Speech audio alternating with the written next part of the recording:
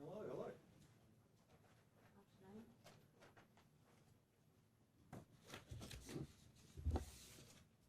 Can I move someone's dictaphone? Oh, I won't move it too far away. Are we happy to get underway? Okay. Investigations are underway into a serious incident that occurred in Northland today. So around 9:17 a.m. this morning, a member of the public was reported seeing a suspicious person in Tangiwahine Road near Dargaville. At about the same time, a member of our staff who was off duty also reported seeing the same male. Our staff member recognised this male as a person who was wanted on warrants in relation to firearms and cannabis-related offences and passed this information to our staff who were working. 2 units in Dargaville have armed themselves as a precaution and headed to the scene. Upon their arrival, they have seen a male near a vehicle who is decamped into a nearby paddock. A dog handler and another staff member have given chase to this male. During this, he has turned and shot at the police dog. Our staff has simultaneously returned fire. The male was shot 3 times during this.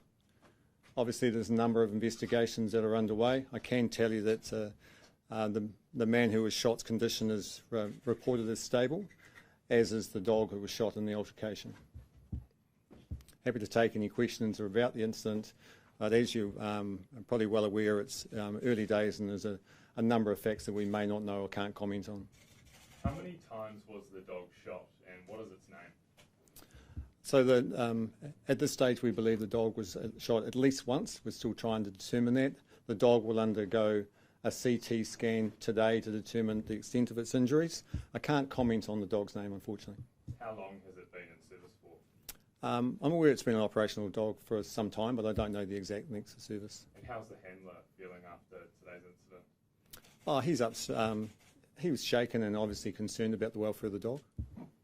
Was the offender known to police? Yes, the offender was known to police. As I said earlier, he was wanted on warrants for failing to appear in relation to cannabis and firearms charges, but I'm not going to give any more specifics about how much we knew about him. There's been quite a bit of community speculation that it's links to the Wellsford murder inquiry. Is there anything to that? Like I can confirm, there's nothing suggests there's a link between this case and that murder investigation. Whereabouts was the man shot, the offender? I'm not going to get into specifics about his injuries. What will this shot man be charged for? At this stage, he's been arrested, and there will be firearms related offences and likely be other serious charges will be laid. How concerned are you the increase in firearm incidents, especially at police? Oh, look, we're really concerned about the increase in it. It is unique, the number of these offences that have occurred in Northland over the recent times. I am satisfied that our staff are well trained, they're adequately resourced in certain tactics and stuff, but it is something that we are concerned about all the time. As you're probably aware of, the Commissioner recently announced the Frontline Safety Improvement Program, so whilst we are satisfied our staff are well trained, we also want to look for better ways of keeping our staff safe. It's never out of our mind though. So is that right, there's been 3 incidents in a month where whakaro staff have been shot at, or over 2 months? And across Northland, this is the 4th incident over the last 3 months. Can you just turn those ones out? When exactly did they happen? Is that starting off with the one in High here?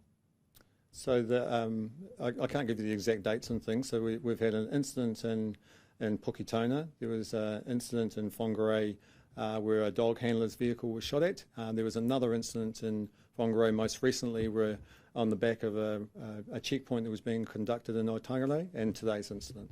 Will you be looking at potentially changing some of your protocols around that as a result? Well, whether we change those protocols and procedures will be subject to the investigation. Well, every one of these events is a learning opportunity for our organisation, and we certainly seize opportunity to do that. So could you step us through how things happened at the paddock when the offender left into the paddock? Well, as you can appreciate, there was a very fluid and dynamic situation that's happened in a short moment of time. So the events that have occurred there will be the subject of the investigation. All I can tell you is, as I told you at the start, our staff have arrived. They've recognised a man who's wanted on a number of warrants. He's fled into a paddock. During that, the police dog has been shot, and the male who was fleeing has also been shot 3 times. How many police officers actually arrived? Were they in 2 cars? Or? So initially 2 units attended the job, and then soon after we had multiple staff arrive on the scene. So in those 2 cars were there 2 officers in each? Yeah, I'm not going to get into the details at this stage, but there were 2 units that attended. How many police dogs was the one that got shot, the only one? Yeah, just one dog was the dog that attended. So. Where on the dog's body was it shot? Yeah, again, I'm not going to get into specifics about the injuries to the dog, other than to say it was significantly injured as a result of the gunshot wound. And whereabouts was the offender? What happened after he was shot? So the man shot and the dog were both airlifted in separate helicopters down to the Auckland region. So the man remains in a stable condition at Auckland City Hospital. What happens now with the man? Will there be charges laid at the hospital? How long is he expected to be in the hospital for?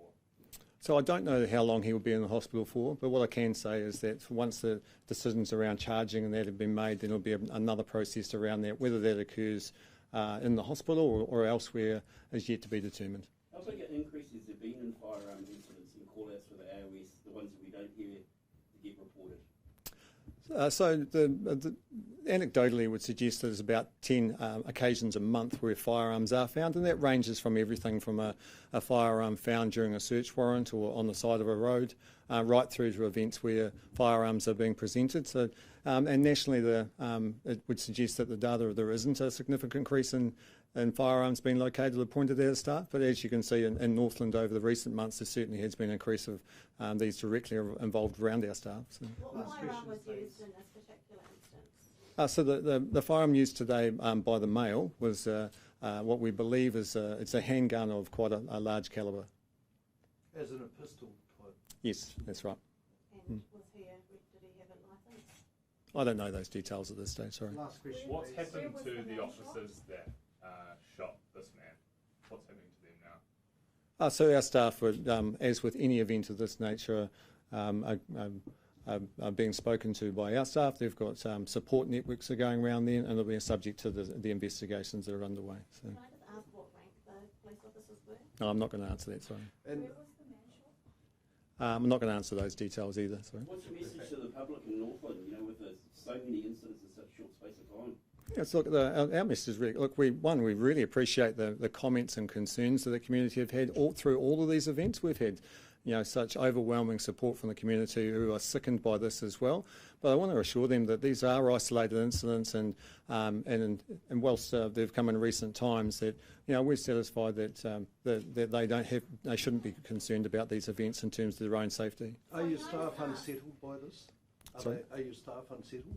Oh, look, they're shaken by today's events, but overall they're really determined to deliver the service they do to the community they serve. And what I was really impressed about today was that our staff were pretty quick to and had the presence of mind to get involved and make sure that the welfare of the man who was shot was paramount to their... Why was the what, sorry? Oh, just the nature of the event that it was. It was a person who was wanted on firearms offences, and as such, the dog handler had been over in that location earlier in the day for another event and was nearby to assist. So that's what he was doing. Do police consider police dogs they're part of the family? I guess is that how do you guys feel now that knowing that this dog's been Yeah, look, our staff see our dogs as part of our whānau, and look, we're really distraught today about that. One of our dogs has been injured in such a critical way. So our staff were been supporting each other today because they're really saddened by this event too. So Where is he now? I've already answered that. He's in Auckland. Will this be referred to the IPCA? Has been referred to the IPCA already. Yes, they are aware of it. The other shootings that have happened, have you caught any of the offenders behind the other 3 shootings? So the only event that remains unresolved at this stage is the event in Puketona. The others have all been resolved.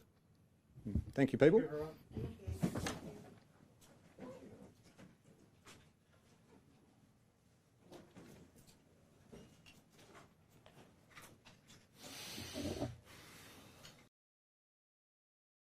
Accessible places. I can't go there, I can't get up the steps, so I can't go there because you can only get there by underground. I stay at home and look at the walls. During a parliamentary by-election in